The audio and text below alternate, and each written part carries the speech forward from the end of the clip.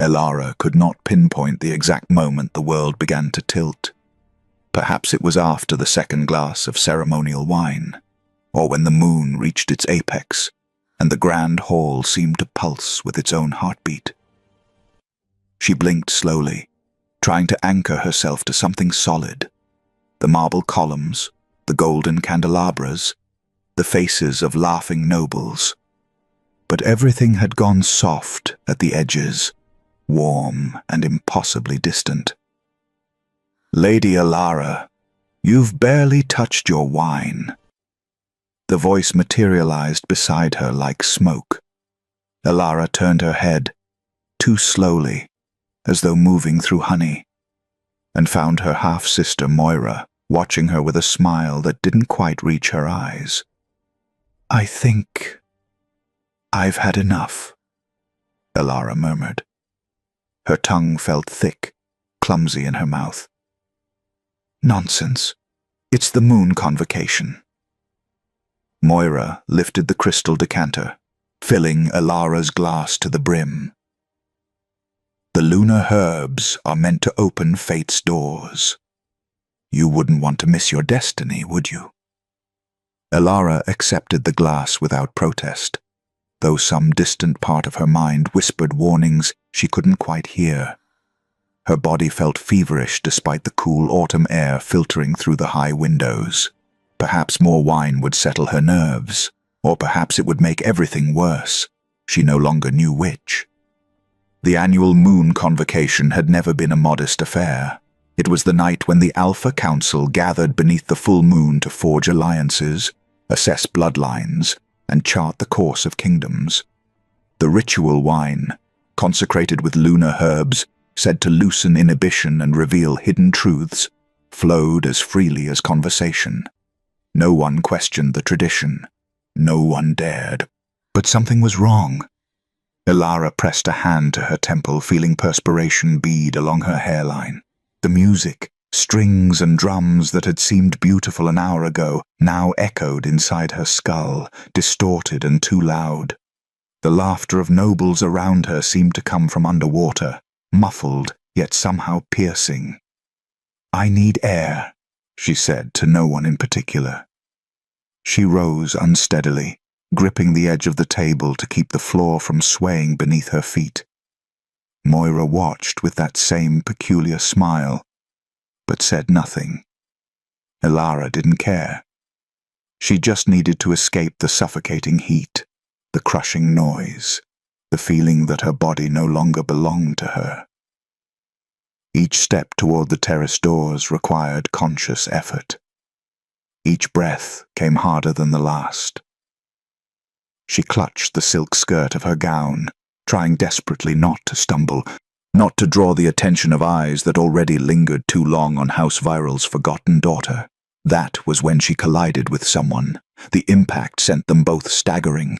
Strong hands caught her arms just as her fingers clutched at rough fabric and solid muscle. They stood frozen, locked together in a desperate attempt not to fall. "Careful." His voice emerged low and rough, as though dragged through gravel. Elara lifted her gaze and forgot how to breathe. The man before her was imposing, powerfully built with shoulders that seemed to block out the candlelight behind him. His face was all sharp angles and aristocratic lines, marked by a strong jaw shadowed with stubble, and eyes so intensely dark they appeared black in the flickering light. But it wasn't merely his appearance that struck her breathless. It was the way he looked at her, as though she had shaken something loose inside him that he couldn't name. He blinked slowly, clearly fighting to focus. "Are you all right?" His own voice betrayed that he wasn't. Elara tried to answer, but the words tangled on her tongue. No, I don't think so." He dragged a hand down his face, a gesture of frustration and confusion. "This wine. There's something in this wine." "You drank it too?" Elara tightened her grip on his arm to keep the world from spinning out from under her. "Too much." A sound escaped him, almost a laugh, but without any humor. "Far more than I should have." They stood there in the corridor, each leaning into the other, two people drowning in the same poisoned current. His hands remained steady on her arms, anchoring her when everything else had become unmoored. Elara could feel the heat radiating from him, could smell something wild and earthy beneath the wine, pine and smoke and something else entirely. Her heart hammered against her ribs in a rhythm that had nothing to do with fear. "I don't—" She swallowed hard. "I don't even know your name." His dark eyes met hers, and for a moment clarity flickered in their depths, recognition, confusion, something that looked dangerously like inevitability. "Does it matter?" he whispered. And before she could answer, before she could think, before she could remember all the reasons why this was wrong, the world went dark at its edges, pulling her under like a tide. Before we continue, please hit the subscribe and like button and tell me which city you're tuning in from. I love to know where this story found you. Now back to the story.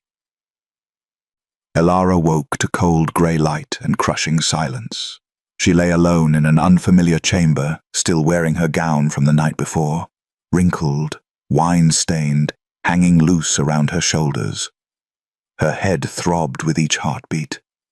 Her mouth tasted of ashes and regret. Slowly, she sat up, fragments of memory cutting through the fog. The hall, the wine, Moira's smile, the stranger's hands steadying her, his voice in the darkness. His. Elara pressed both hands to her face as horror crashed over her in waves. What had she done? She looked around the empty room, a guest chamber judging by its sparse furnishings and lack of personal effects. Dawn light filtered through sheer curtains, illuminating nothing. No note, no explanation.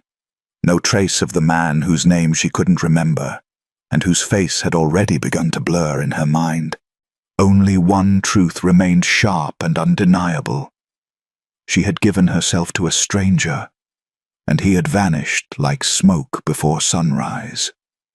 Elara rose on shaking legs, shame burning through her chest like fever. She couldn't stay here, couldn't let anyone see her like this. Couldn't let anyone know what had happened beneath the poisoned light of the convocation moon. She smoothed her ruined gown, lifted her chin, and walked back into a world that would soon devour her whole. 8 weeks after the moon convocation, Elara knelt on the cold stone floor of her private chamber and emptied her stomach into a porcelain basin for the 3rd morning in a row. When the retching finally subsided, she sat back on her heels, trembling. The healer's words from the previous afternoon still echoed in her mind, clinical and devastating. "You are with child, my lady. Perhaps 2 months along. No." Elara pressed both hands against her still flat abdomen, willing it to be a mistake, a sickness, anything else. But her body had already been whispering the truth for weeks, the missed bleeding, the exhaustion that dragged at her bones, the way certain smells now turned her stomach. She squeezed her eyes shut and forced herself to remember that night, to find something, anything, that would give her a name to speak when her family demanded answers. But the memories remained fragmented, dissolving like mist whenever she tried to grasp them. Dark eyes, strong hands, a voice that had made her feel safe even as the world crumbled, and then nothing. Only the devastating emptiness of waking alone. "Please," she whispered to the universe, to the moon, to whatever cruel fate had authored this nightmare. "Please let me remember." The universe did not answer. Her father summoned her that evening. Lord Cedric of House Virel sat behind his carved oak desk, his face carved from the same unforgiving stone as the castle walls. Her stepmother stood beside him, rigid and silent. Moira lingered near the window, the picture of sisterly concern that fooled no one who truly looked. "The healer has informed us of your condition," Lord Cedric said, the word dripping with distaste. Elara stood before them, with her hands folded, her spine straight, despite the shame burning through her chest. Yes, Father. Who is responsible? I don't know. The silence that followed was more violent than any blow. You don't know? Her stepmother's voice could have frozen fire. You spread your legs for a man whose name you cannot even provide. It was the convocation night. The wine. Do not blame sacred tradition for your weakness. Lord Cedric cut her off. Do you understand what you have done? The disgrace you have brought upon this house? Elara said nothing. What defense could she possibly offer? We will keep this quiet as long as possible, her father continued. You will remain in the East Wing. No public appearances, no visitors. When your condition becomes visible, we will claim illness and keep you confined. And the child? Elara's voice emerged, smaller than she intended. Will be dealt with when the time comes. Lord Cedric waved his hand dismissively. For now, you will disappear. As Elara turned to leave, Moira's voice followed her, sweet as poisoned honey. Such a terrible accident. Dear sister, if only you had shown more restraint. Elara did not respond, but she caught the gleam of satisfaction in Moira's eyes, and understanding clicked into place with sickening clarity. The wine, the constant refilling of her glass, Moira's smile. You did this to me. But proving it was impossible, and even if she could, who would believe House Virel's forgettable daughter over her father's favored child? The weeks that followed were a slow burial. Elara was moved to rooms in the oldest part of the estate, far from the main halls where guests might glimpse her. Her meals arrived on trays. Her gowns were adjusted to hide the growing curve of her belly. She was permitted to walk the gardens only at dawn, when the household still slept. She became a ghost in her own home. Meanwhile, whispers began to spread like illness through the noble houses. Lord Cedric's daughter, disgraced, no father to claim the child. The rumors were carefully vague, planted with surgical precision to test the waters of scandal without drowning House Virel outright. Elara heard the servants gossiping when they thought she couldn't hear. She saw the pity and contempt in their eyes. Even her lady's maid now handled her as though shame were contagious. At night, alone in her exile, Elara pressed her hands to her growing belly and whispered apologies to the life forming inside her. This child had done nothing wrong. This child deserved a name, protection, a future. She could offer none of it. 5 months into her pregnancy, Lord Cedric summoned her again. I have made arrangements, he said without preamble. Lord Garrett of House Thorn has agreed to consider marriage. He is widowed, aging, and desperate for an heir. He will overlook your situation in exchange for a substantial dowry. Elara's blood ran cold. Lord Garrett was 60 if he was a day, known for his cruel treatment of servants and his belief that wives existed solely to produce sons. You will marry within the month, her father continued. You will give him your child to raise as his own, and you will be grateful that anyone would have you at all. Elara opened her mouth to protest, to beg, to rage against the injustice. But what choice did she have? Who else would claim her now? Yes, father, she whispered. Good. There is a royal feast in 3 days' time. You will attend. Lord Garrett will be there to finalize the arrangement. Lord Cedric's expression hardened. Make yourself presentable. Do not embarrass this family more than you already have. Elara nodded and turned to leave, feeling the last shreds of hope die inside her chest. She had almost reached the door when her father's voice stopped her one final time. Oh, and Elara, the Alpha King himself will be in attendance. Try not to draw his attention. We cannot afford any more scandals. The door closed behind her with the finality of a tomb sealing shut. In 3 days, she would sit in a hall full of nobles who despised her, beside a man who would own her, carrying a child whose father she could not name. In 3 days, her life as she knew it would end. The moon, it seemed, had not finished destroying her yet. The chandeliers burned low as the royal feast stretched into its 3rd hour, but the woman sitting alone at the edge of the hall felt none of its warmth. Elara kept her hands folded over her stomach, fingers trembling slightly beneath the soft linen of her pale gown. The fabric had been carefully selected, flowing, modest, designed to conceal, but it could no longer hide the truth.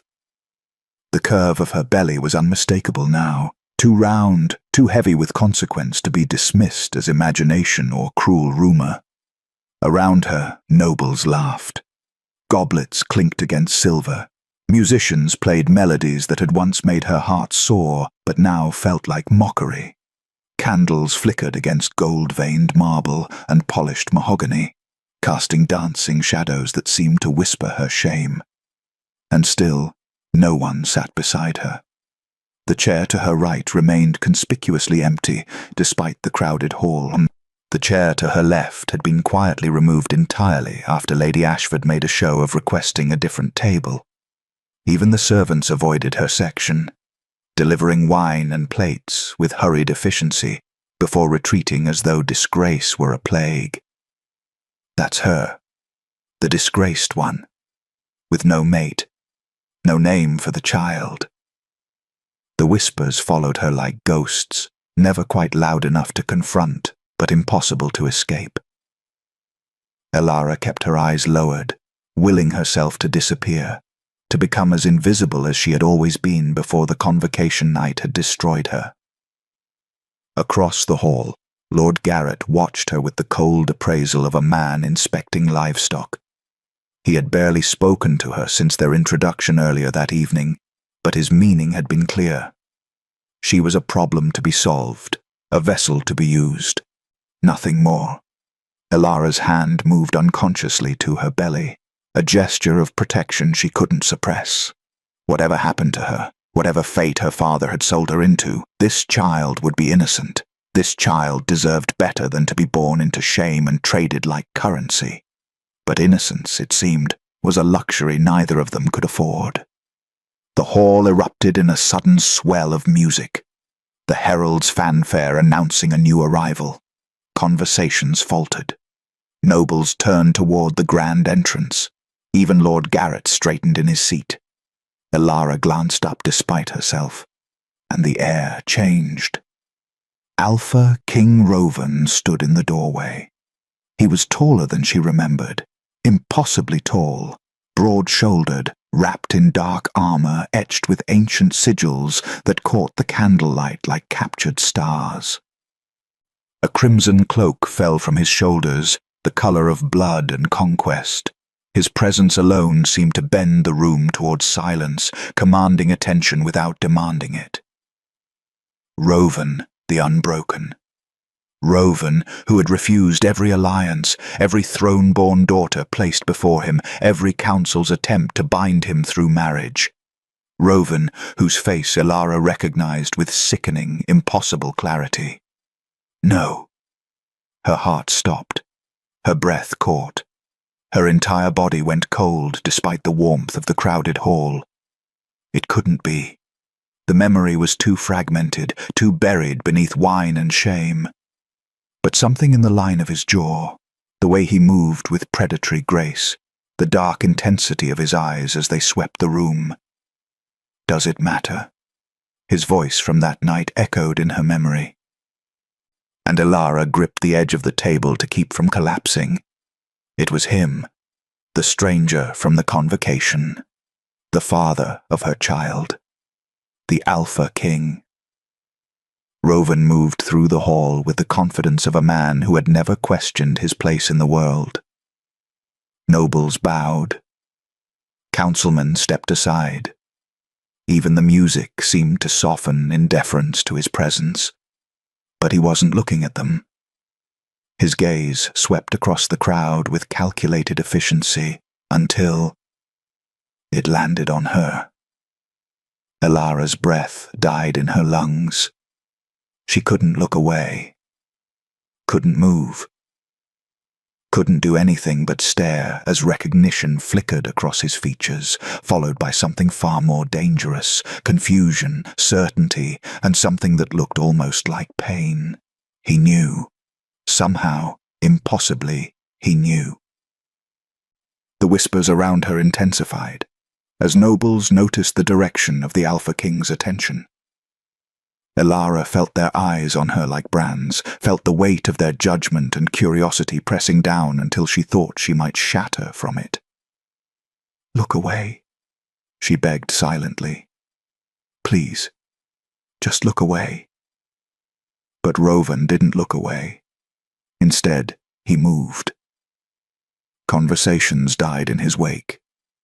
Every eye in the hall tracked his path as he crossed the marble floor with predatory purpose, ignoring councilmen who tried to intercept him, dismissing nobles who attempted to curry favor. He was walking toward her. No, no, no. Elara's mind raced with panic. If he spoke to her, if he acknowledged her publicly, the scandal would explode beyond containment. Her father would be ruined. Lord Garrett would withdraw his offer. She would be cast out with nothing. No protection, no future. Rovan stopped before her table. Up close, he was even more overwhelming than memory had painted him. The armor emphasized the breadth of his shoulders, the strength in his frame. His dark eyes held hers with an intensity that made the rest of the hall fade into insignificance. For a moment, neither of them spoke. The silence stretched, terrible and profound. Then Rovan leaned down, close enough that his breath warmed her temple, close enough that only she could hear the words that would change everything. "Pretend the baby is mine." Elara's world tilted on its axis. Around them, the feast continued, nobles watching, musicians playing, servants moving through the crowd with practiced efficiency. But in the space between them, time had stopped. His hand extended toward her. Steady and sure despite the chaos his words had unleashed in her chest. And Elara, who had spent months drowning in shame and silence, stared at the lifeline he offered and couldn't breathe. The Alpha King was offering her salvation, or something far more dangerous. Elara stared at Rovan's outstretched hand as though it were a serpent poised to strike. "Your Majesty," she whispered, her voice barely audible above the music. "You don't understand." "I understand enough." His tone was calm, measured, but his eyes held something fierce. "If you stay here, they will tear you apart before dawn. You know this." She did know. Every whisper, every empty chair, every contemptuous glance had made it abundantly clear. But accepting help from the Alpha King, from him, the father who didn't remember her, felt like stepping off a cliff into darkness. "The council has been demanding I take a queen for 3 years," Rovan continued, his voice low enough that only she could hear. "They've paraded every eligible daughter from every noble house before me. They've threatened sanctions, political maneuvers, everything short of forcing my hand." Elara's heart hammered against her ribs. "What does that have to do with me?" "They demand an heir." His fingers brushed her wrist, steady, warm, impossibly gentle. "You need protection." The simple truth of it struck her like a physical blow. She looked down at her rounded belly, at the child growing inside her that this entire hall had condemned before it even drew breath. If you claim the child, she said shakily, they'll force the engagement. You'll be bound to me, to this. She gestured helplessly at herself, at her disgrace, at everything she had become. Yes, and when the truth comes out, when someone discovers, it won't. The certainty in his voice was absolute, because no one will dare challenge me. Elara searched his face for mockery, for the cruel amusement of a man toying with someone beneath him. She found none. Only urgency. Only something that looked dangerously like determination. Why? The question escaped before she could stop it. Why would you do this? For a moment, something flickered in his dark eyes. Recognition, perhaps, or guilt, or something far more complicated. But it vanished before she could name it. Because I can, he said simply. And because you deserve better than this. He gestured toward the hall, toward the nobles who had made her an outcast, toward Lord Garrett, who watched with cold calculation, toward the father who had sold her to the highest bidder. Elara's throat tightened. No one had defended her in months. No one had suggested she deserved anything but shame. I'm frightened, she admitted, the words barely a breath. I know. Rovan's hand remained extended between them, steady as stone. But you're stronger than they think. Stronger than you think. The music swelled. The moment stretched. And Elara, who had spent 5 months learning to be invisible, made a choice that would make her the most visible woman in the kingdom. She placed her hand in his. Rovan's fingers closed around hers with gentle firmness. Then, before she could change her mind, before terror could root her to the chair, he drew her to her feet. Stay close to me, he murmured, and trust that I know what I'm doing. Elara wanted to laugh at the impossibility of that. Trust the man who had vanished the morning after destroying her life. Trust the Alpha King who held her fate in his hands. But she had no other choice. Rovan led her through the hall, his hand a steady presence at the small of her back. Nobles parted before them like the sea before a storm. Conversations died mid-sentence. Even the musicians faltered, notes trailing into silence. They stopped in the center of the hall, directly beneath the grand chandelier where every eye could see them clearly. Elara's knees threatened to buckle. The weight of hundreds of stairs pressed down on her like stones.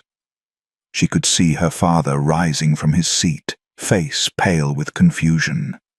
Could see Moira's expression twist with shock. Could see Lord Garrett frozen mid-reach for his wine. Rovan's hand tightened fractionally at her back. A silent reminder that she wasn't alone. Then he spoke, his voice carrying through the hall with the authority of a man born to command. I would have your attention. The last whispers died. The silence that fell was absolute. There have been rumors, Rovan continued, his tone even but edged with warning, regarding Lady Elara of House Virel. I am here to end them. Elara's heart stopped. This was it. The moment her life changed forever. For better or worse, she couldn't yet say. The child she carries, Rovan declared, his voice ringing through the hall like a blade drawn from its sheath, is mine. The reaction was instantaneous and explosive.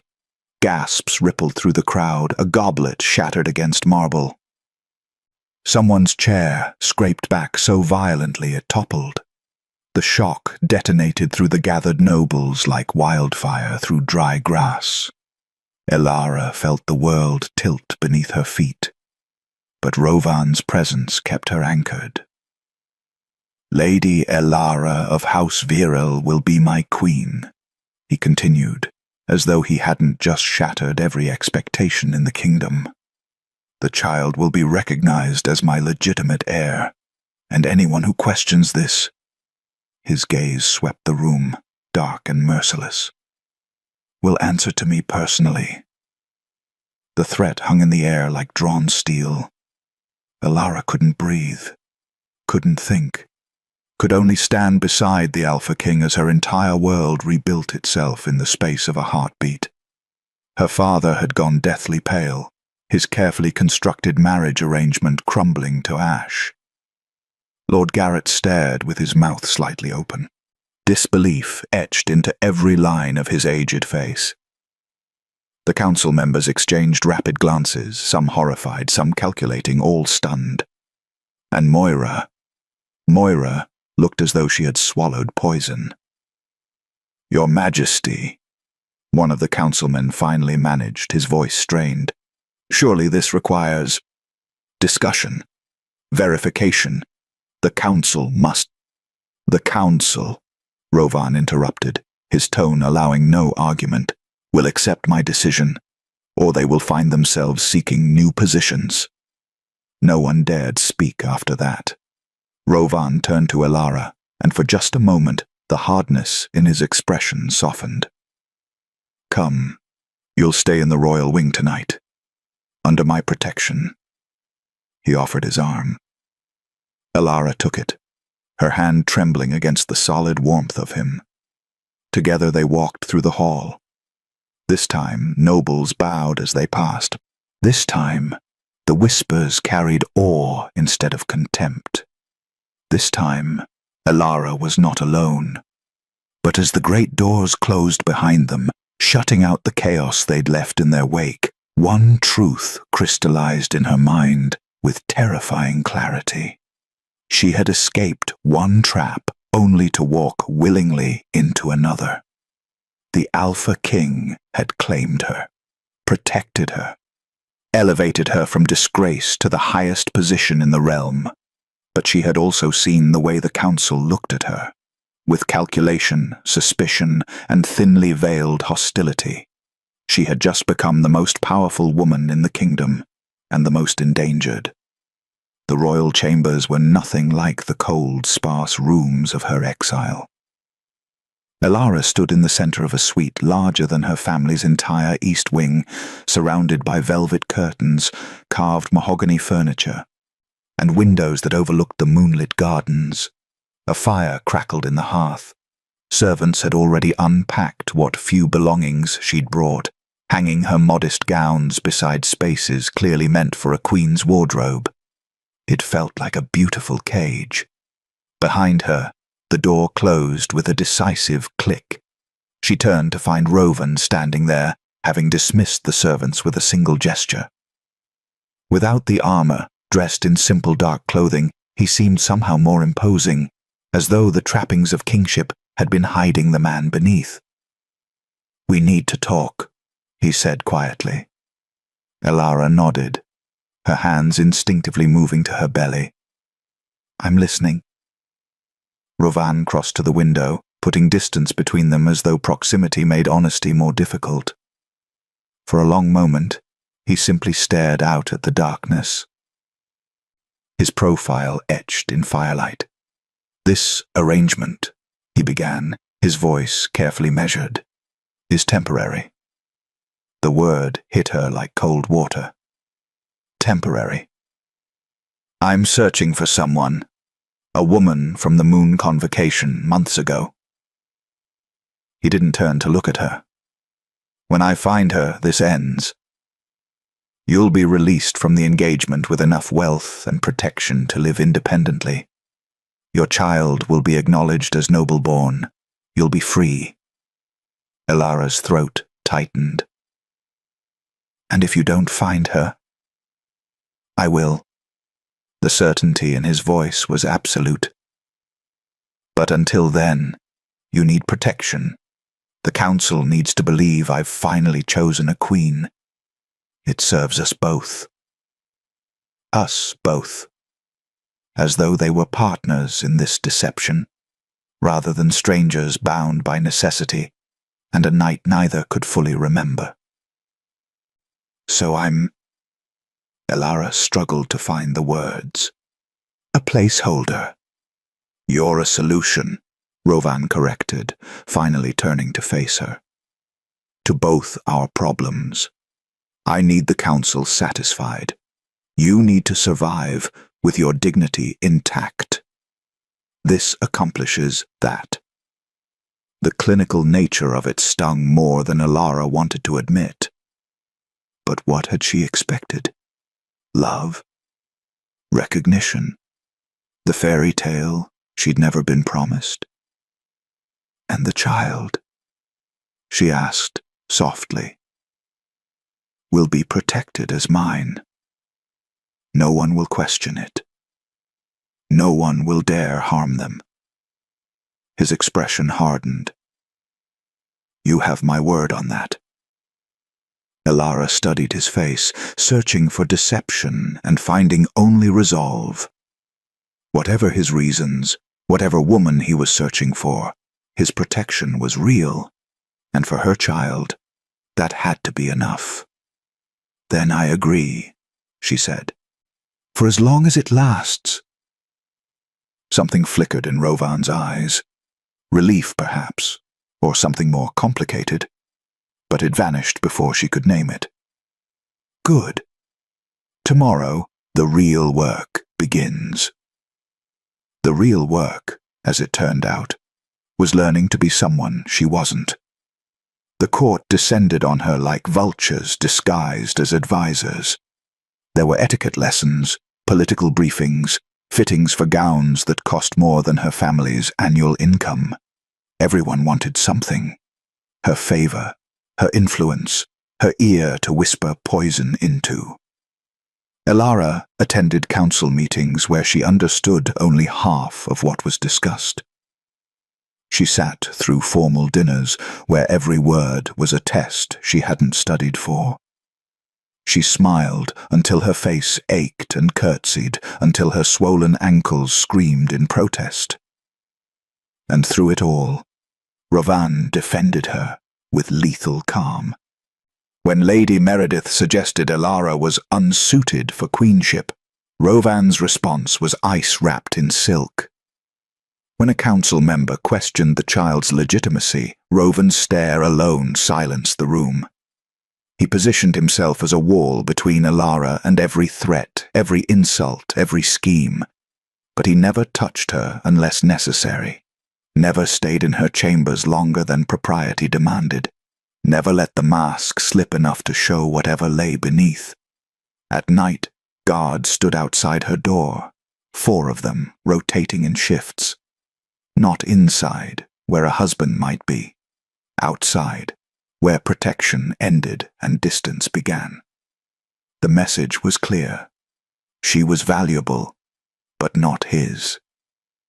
3 weeks into their arrangement, Elara stood on her private balcony, watching dawn break over the kingdom that would never truly be hers. Her hand rested on her belly, feeling the child move, stronger now, more insistent. You deserve better than this, she whispered. Better than a mother playing queen. Better than a father who's pretending you exist. Is that what you think I'm doing? Elara spun, her heart leaping. Rovan stood in the doorway, still dressed from the previous night's council session. Exhaustion shadowed his eyes, but his gaze was sharp. I didn't hear you, she stammered. You shouldn't be out here alone. It's not safe. He moved onto the balcony, and suddenly the spacious terrace felt impossibly small. Your guards are right inside, Elara said, trying to keep her voice steady. I'm perfectly safe. From assassins, perhaps. Rovan's jaw tightened. But there are other dangers. They stood in silence. The morning breeze carrying the scent of jasmine, and something wild she couldn't name. Elara was acutely aware of how close he stood, how the firelight from her chambers caught in his dark hair, how his presence made her feel both protected and dangerously exposed. "Thank you," she said quietly, "for defending me yesterday, in the council meeting. You don't need to thank me for doing what's necessary. Is that all it is?" The question escaped before wisdom could stop it. Necessity. Rovan's eyes met hers, and for a heartbeat she saw something raw beneath the careful control, longing perhaps, or regret, or something that looked dangerously like want. But then he stepped back, and the moment shattered like glass. "Get some rest, Elara. You have a fitting this afternoon." He left without another word, and Elara stood alone on the balcony as dawn painted the sky in shades of gold and regret. She pressed her hand to her chest, feeling her heart race in a way that had nothing to do with fear. This was temporary, she reminded herself. A strategic arrangement. A lie built to survive. But her heart, treacherous and foolish, was beginning to believe otherwise. And that was the most dangerous thing of all. The weeks blurred together like watercolors bleeding across canvas. Elara learned the rhythm of life beside a king. Breakfast at dawn in the solar where morning light painted everything gold, council meetings where she sat silent but observant, dinners where every conversation was a carefully choreographed dance of politics and power. And through it all, Rovan was there. Not as a husband, not quite as a friend, but as something she had no name for. He sat beside her at every meal, their conversations growing easier with each passing day. He asked about her childhood, her favorite books, whether she preferred the gardens at dawn or dusk. Small things, meaningless things, things that somehow felt desperately important in the spaces between words. And when nobles dared to overstep, Rovan's response was surgical in its precision. "Lady Elara seems overwhelmed by her duties," Councilman Theron remarked during one particularly tense meeting, his tone dripping false concern. "Perhaps someone with more experience would be better suited." "Are you suggesting," Rovan interrupted, his voice soft as a blade sliding from its sheath, "that I made a poor choice in my future queen?" The temperature in the room dropped 10 degrees. "I would never presume, Your Majesty." "Good. Then we won't hear such concerns again." Theron had gone pale.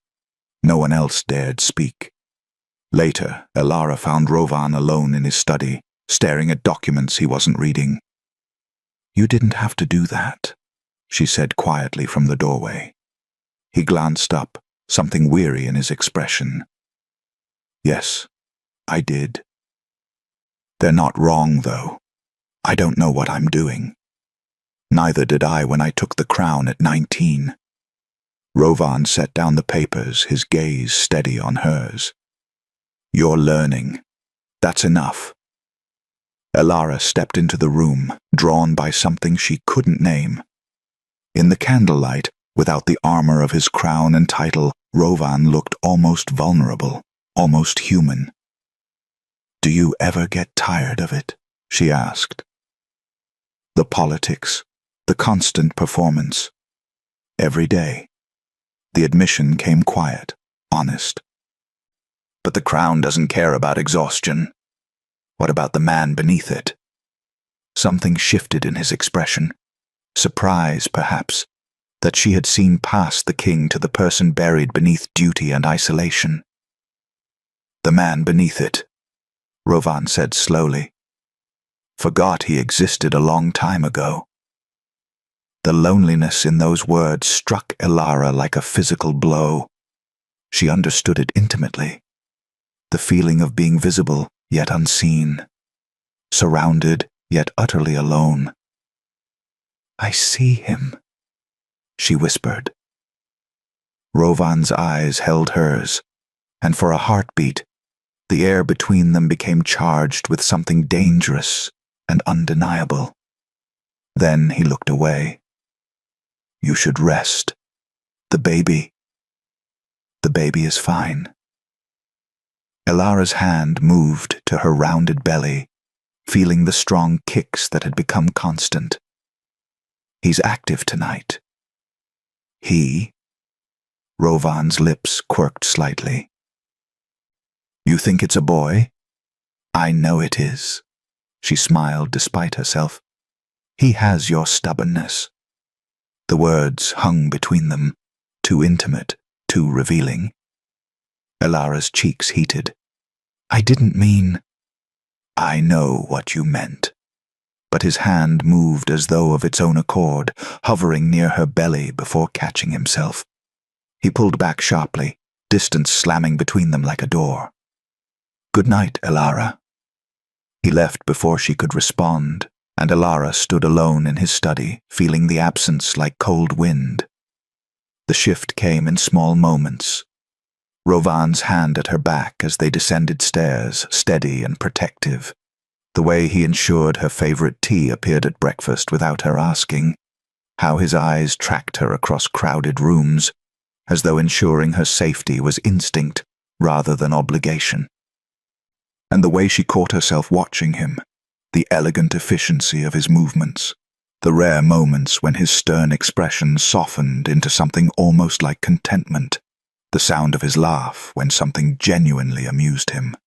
She was falling, slowly, inevitably, disastrously. The realization struck during a formal reception when Lady Cassia approached Rovan with predatory grace. She was beautiful in the way of thoroughbred horses, all elegant lines and calculated movement. Your Majesty, Cassia purred, her hand lingering on his arm. I was hoping we might discuss the trade agreements, perhaps privately? Something vicious and unfamiliar twisted in Elara's chest. Rovan's expression remained neutral. Lady Elara is my partner in all political matters. Anything you wish to discuss can be said in her presence. Cassia's smile tightened. Of course, though I imagine some topics require a more experienced perspective.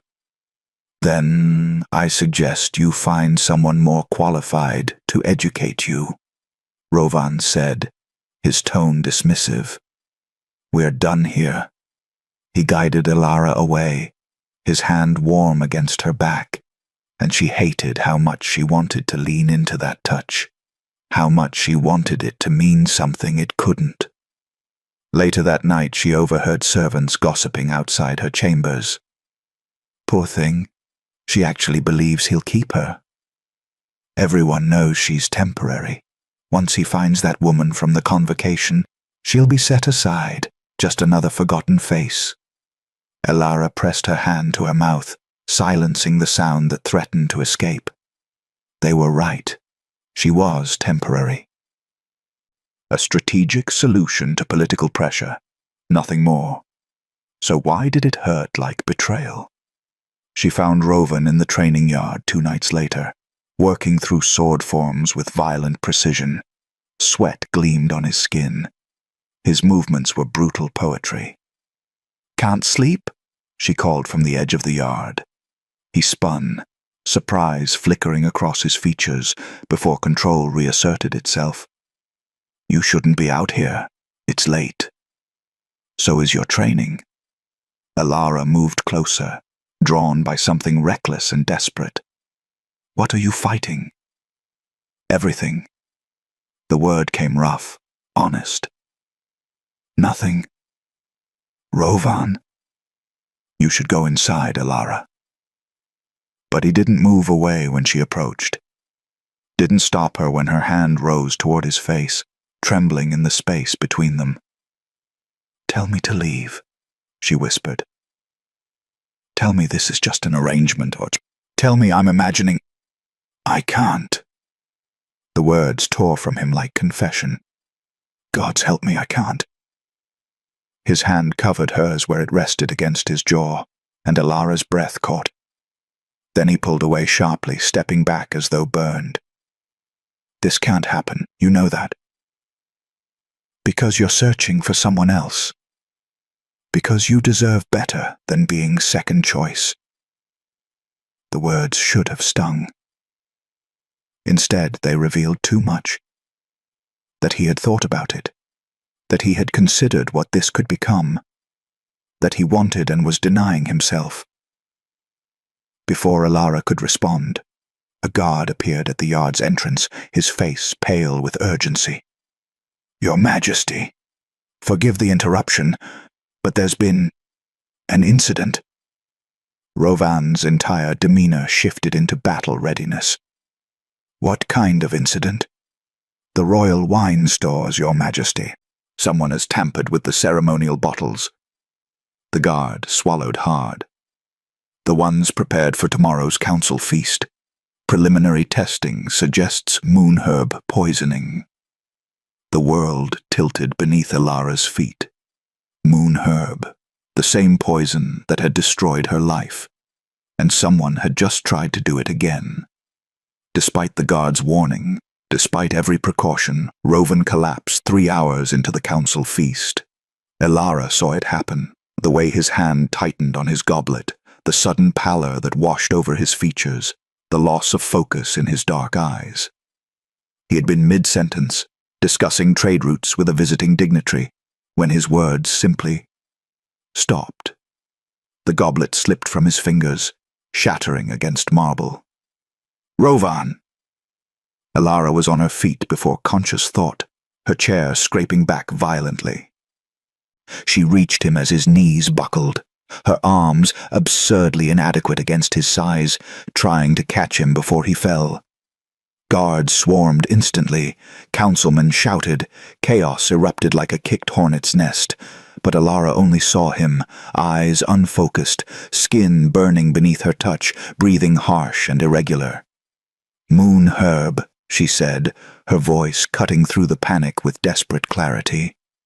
"It's moonherb poisoning. Get him to his chambers, now!" They moved as one body, half carrying the Alpha King through corridors that had never seemed so endless.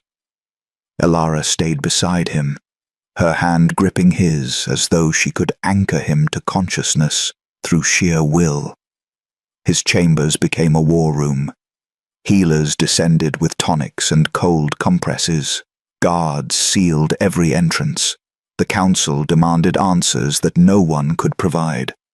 And through it all, Rovan burned. "Everyone out," Alara commanded when the healers finished their initial treatment. "Leave us." "My lady, protocol dictates." "I said out." Her voice carried an authority she hadn't known she possessed. "I've survived this poison myself. I know what he needs." They hesitated, but something in her expression, or perhaps the desperation, convinced them. The room emptied until only Alara remained, kneeling beside Rovan's bed as fever ravaged him.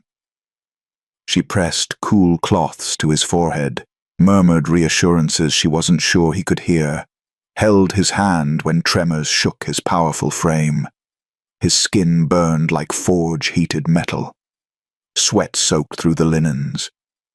This was exactly how it had felt for her. The fire in her veins, the world tilting and spinning, reality fracturing into fragments that made no sense. "Stay with me," she whispered. "Please, just stay with me." As midnight approached, Rovan's eyes opened, fever bright but conscious. "Alara?" Her name came rough, barely recognizable. "I'm here." She squeezed his hand. "I'm right here." "The wine. Someone poisoned." "I know, but you're going to be fine. The worst is passing." He tried to sit up, but she pressed him back with gentle firmness. "Don't. You need to rest." "Can't. There are things." His words tangled together, coherence slipping like sand through fingers. "That night. The convocation. I've been searching." Alara's heart clenched. Even now, poisoned and vulnerable, he was thinking of the mysterious woman he'd lost, the woman he'd been searching for, while Alara had fallen foolishly, impossibly in love with him. "Rest now," she said softly. "You can search tomorrow, but Rovan's hand caught hers with surprising strength. His fever-bright eyes suddenly focused with terrible intensity. "Your scent," he breathed. "Jasmine. And something else. I couldn't place it before, but now." He pulled her closer, his other hand rising to her face with trembling fingers. Elara froze, her heart hammering. "Your voice in the darkness," he continued, each word seeming to cost him. "Telling me something was wrong with the wine, the way you felt when I caught you. Rovan, you're not making sense. The fever, the woman from the convocation." His eyes held hers, and Elara watched understanding dawn like terrible, beautiful sunrise. "The one I've been searching for. The one I couldn't remember clearly because the poison stole my memories. Stop." Elara tried to pull away, but he held firm. "It was you." The words came out broken, awed, devastated. "All this time, it was you." The world stopped spinning. Elara stared at him, at the recognition blazing in his eyes, at the truth that had been hidden beneath months of fragmented memory and moon-herb fog. "No," she whispered, even as her own memories realigned, strong hands steadying her, a voice in the darkness, the scent of pine and smoke, the feeling of safety before shame destroyed everything. "That's not possible. Your touch, your presence." His hand pressed against her cheek, thumb brushing away tears she hadn't realized were falling. "How did I not see it? How did I not know?" Because they had both been poisoned. Both robbed of clarity by someone who had wanted exactly this. Confusion, separation, disgrace. Elara's mind raced. If Rovan was the father, truly not pretend, then everything changed. The arrangement, the temporary engagement, the careful distance they'd maintained, all of it built on a lie that had accidentally been the truth all along. Elara. He pulled her closer, until she was half collapsed against his chest, feeling his heart thunder beneath her palm. "I'm sorry. I'm so damn sorry I didn't find you sooner, that I let you suffer alone. You didn't know. I should have known." His arms wrapped around her, careful of her belly, holding her with desperate gentleness. "I felt it. Even that first night at the feast. Something about you called to me, and I was too blind to understand why." Elara buried her face against his shoulder, months of grief and loneliness finally breaking through the walls she'd built. He was real. This was real. The child growing inside her was truly his, and he knew, and he... Rovan's breathing suddenly deepened, his grip loosening as the fever dragged him back under. "No, no. Stay awake." Elara pulled back, seeing his eyes drift closed. "Rovan, please." "Tomorrow," he murmured, already slipping away. "Tell you everything. Tomorrow." His body went slack, falling into the deep sleep that followed moonherb fever. Elara remained beside him, her hand over his heart, feeling it beat strong and steady beneath her palm. He knew. Finally, impossibly, he knew. She wanted to stay, to be there when he woke, to hear the words he'd promised for tomorrow. But exhaustion pulled at her. The baby kicked insistently, and the healers had said she needed rest too. "I'll be back at dawn," she whispered, pressing a kiss to his forehead. "We'll figure this out together." She slipped from his chambers as the first hint of light touched the horizon, her heart lighter than it had been in months. Tomorrow, everything would change. Tomorrow, they would finally stop pretending. She never made it back to her chambers. The corridor was empty. Too empty. Her guards were gone. And before Elara could scream, before she could run, Rough hands seized her from behind, a cloth pressed over her mouth, chemical sweet and suffocating. The last thing she saw before darkness claimed her was the satisfied smile of her half-sister Moira, watching from the shadows. Then, nothing. Rovan woke to empty chambers and the knowledge that something was catastrophically wrong. He rose despite the healer's protests, despite the lingering weakness in his limbs, despite every rational voice telling him to rest. The revelation from the night before burned through him with more intensity than any fever. Elara was the woman he'd been searching for, the mother of his child, the one who had haunted his fragmented memories for months, and she was gone. "Find her," he commanded, his voice still rough, but carrying absolute authority. "Search every corridor, every chamber, now." The guards scattered like leaves before wind, but Rovan already knew they wouldn't find her within the castle walls. Some instinct, primal and undeniable, told him she'd been taken far beyond his immediate reach. The council convened within the hour, their faces grave. "Your Majesty, we've received communication," Lord Theron said, his expression carefully neutral.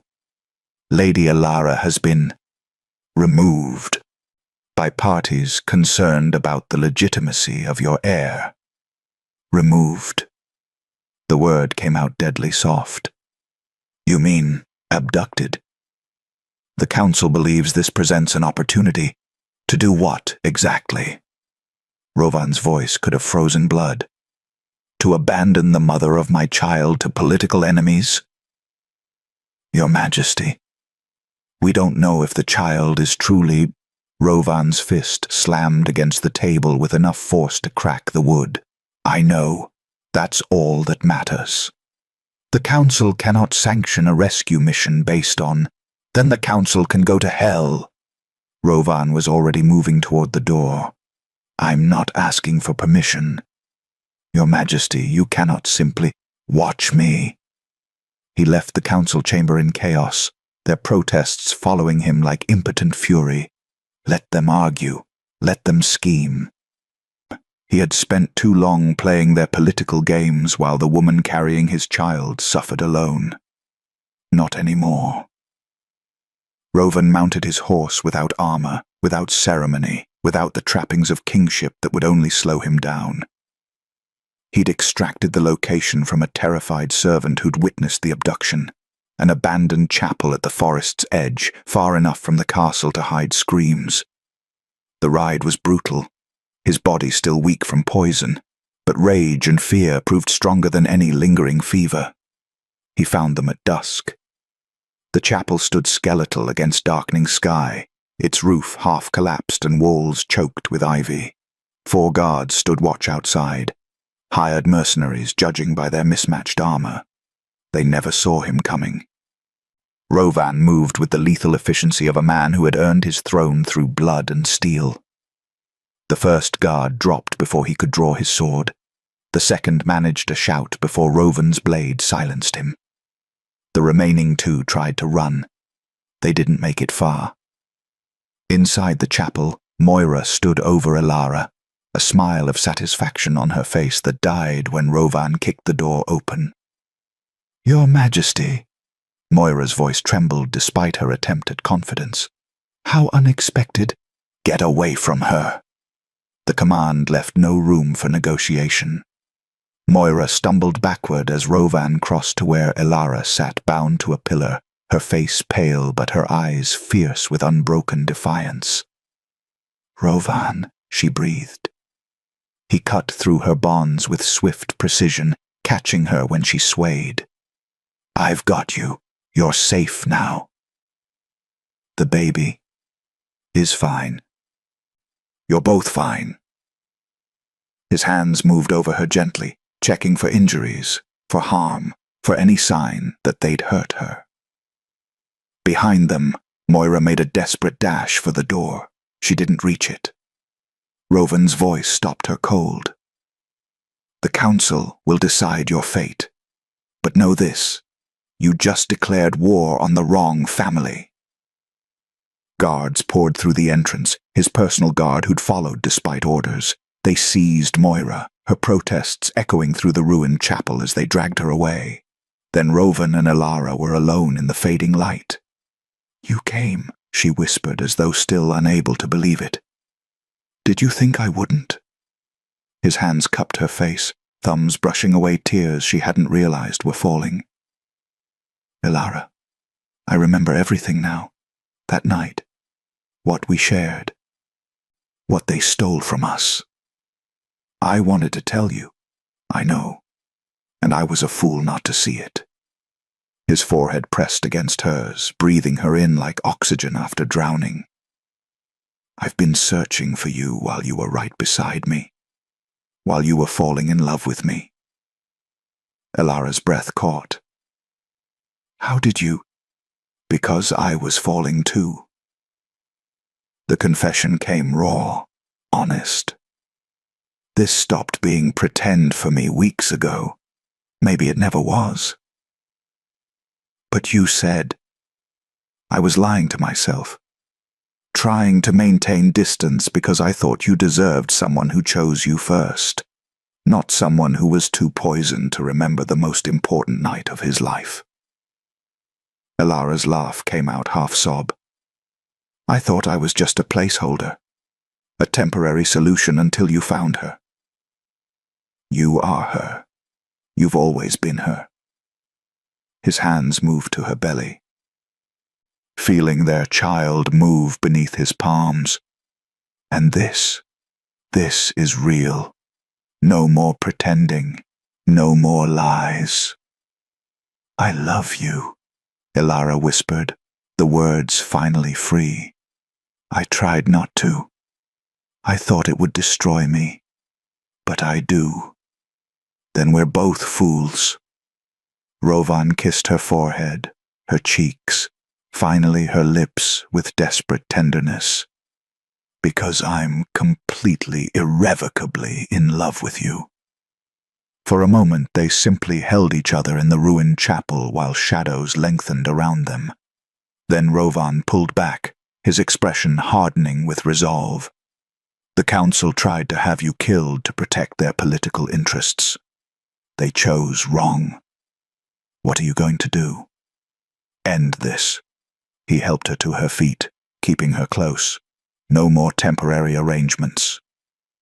No more strategic engagements. Rovan, I'm going to stand before the throne and tell them the truth." His dark eyes burned with certainty. "That you're my true mate. That the child is mine by fate, by choice, by every definition that matters. And anyone who challenges that will answer to me." Elara's heart swelled with something too large for her chest to contain. "You're really going to burn down your carefully constructed political alliances for me? I'm going to burn down the world if that's what it takes to keep you safe." He lifted her into his arms despite her protests, carrying her toward his waiting horse with the gentleness of a man holding his entire world. Tomorrow they would face the council. Tomorrow the truth would reshape everything. But tonight, in the darkness between the forest and the castle, Elara finally understood what it meant to be chosen, not as a solution or a strategy, but as the answer to a question neither of them had known they were asking. And for the first time since the moon convocation had destroyed her life, she believed in destiny again. The throne room had never felt so small. Every noble house in the kingdom had been summoned. Council members lined the walls like carrion birds waiting for weakness. Whispers echoed through the vast chamber, speculation about the Alpha King's sudden convocation, about Lady Elara's abduction and miraculous return, about what truth would finally emerge from months of rumors. Elara stood beside the throne, Rovan's hand firm at the small of her back. She wore a gown of deep crimson, queen's colors, though no crown yet graced her head. Her belly was unmistakable now, rounded and full with the child who would change everything. She was terrified, and she had never felt more certain of where she belonged. Rovan stepped forward, and the whispers died like candles snuffed by wind. "I have called you here to end a deception," he began, his voice carrying to every corner of the hall. "One that I perpetuated. One that served political necessity but dishonored the woman standing beside me." Elara's breath caught. The council members exchanged glances, confused, calculating. "Months ago, I stood in this very hall and claimed Lady Elara's child as mine." Rovan's gaze swept the room, daring anyone to interrupt. "I said it was my heir, my blood, my responsibility." Lord Theron shifted uncomfortably. "Your Majesty, we are aware of your arrangement." "It was not an arrangement," Rovan's voice cut like steel. "It was a lie. One I told to protect her from your judgment, your whispers, your cruelty." The room erupted in murmurs. Elara felt the weight of hundreds of eyes, felt the old shame trying to claw its way back into her chest. Then Rovan's hand found hers, steady and warm, and the shame dissolved like mist before sunrise.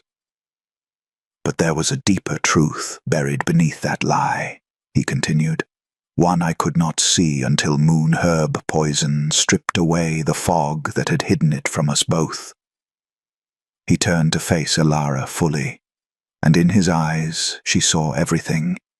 The night they'd lost, the months they'd survived, the future they would build together. "The child Elara carries is mine," Rovan declared, his voice ringing with absolute certainty. "Not by political necessity, not by convenient fiction, but by fate." Gasps rippled through the assembly. Lord Theron stepped forward. "Your Majesty, surely you cannot expect us to believe. I expect you to listen." Rovan's tone brooked no argument. 8 months ago, during the moon convocation, someone poisoned the ceremonial wine with concentrated lunar herbs. Lady Elara was deliberately drugged by those who sought her disgrace. I was drugged by those who sought to compromise my judgment. His hand tightened on Elara's. What happened between us that night was real. Our connection was real. The child we created was conceived in truth, even if memory was stolen from us both. Moira, bound and guarded at the edge of the room, had gone deathly pale. And those responsible, Rovan continued, his gaze finding her with lethal precision, will face justice for their crimes against the crown and against the woman who will be my queen. "This is madness," someone protested. "You cannot prove—" "I can prove everything."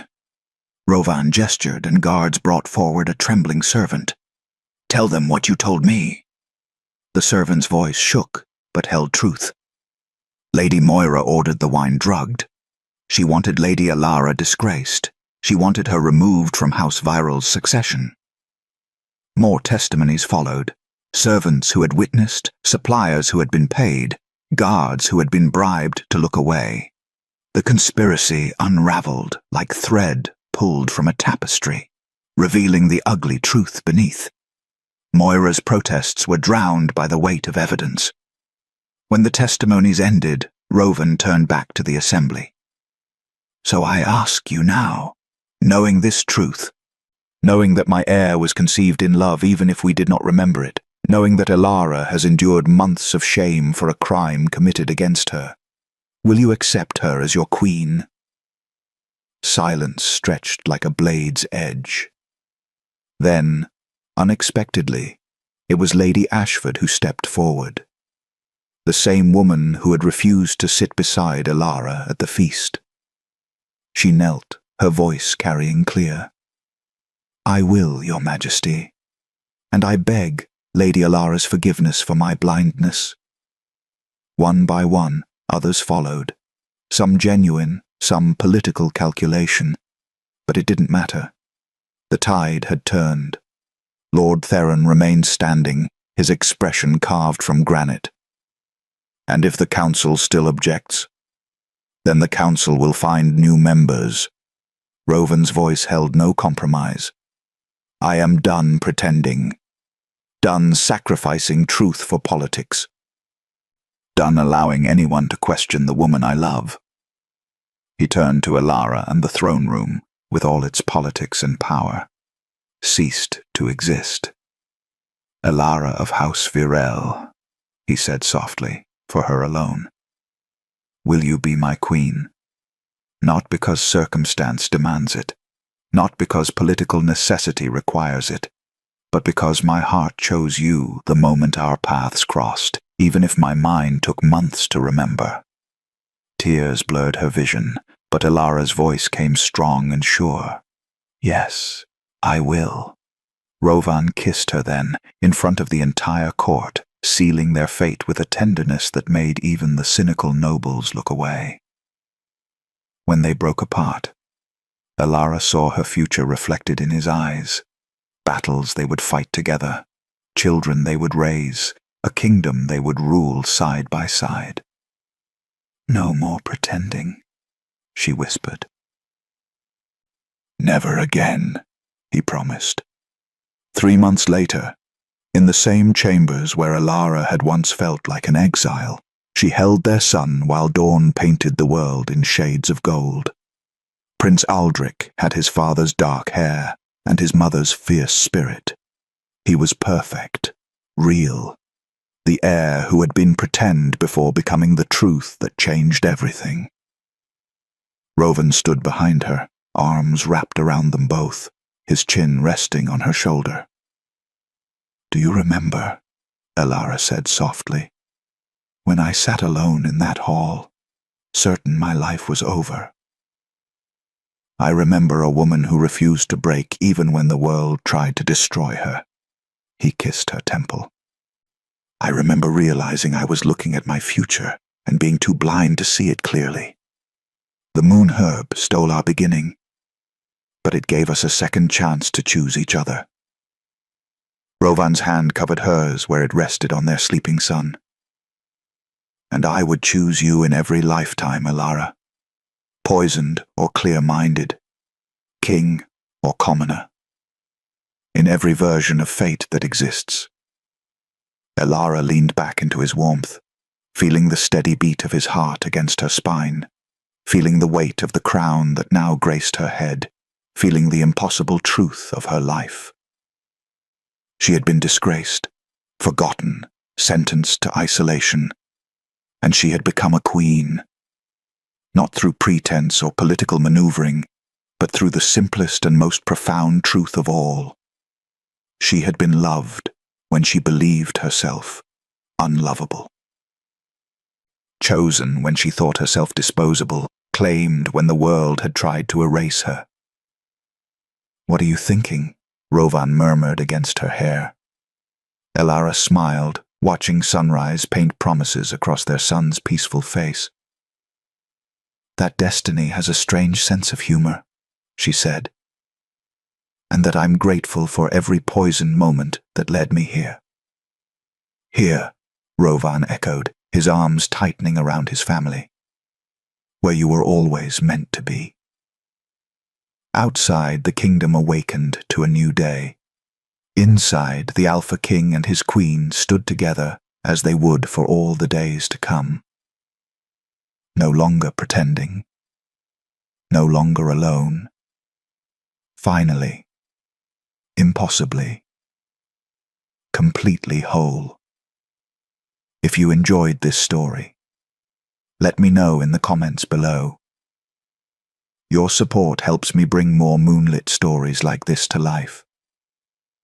Don't forget to subscribe for more tales of wolves, romance, and second chances that refuse to stay buried.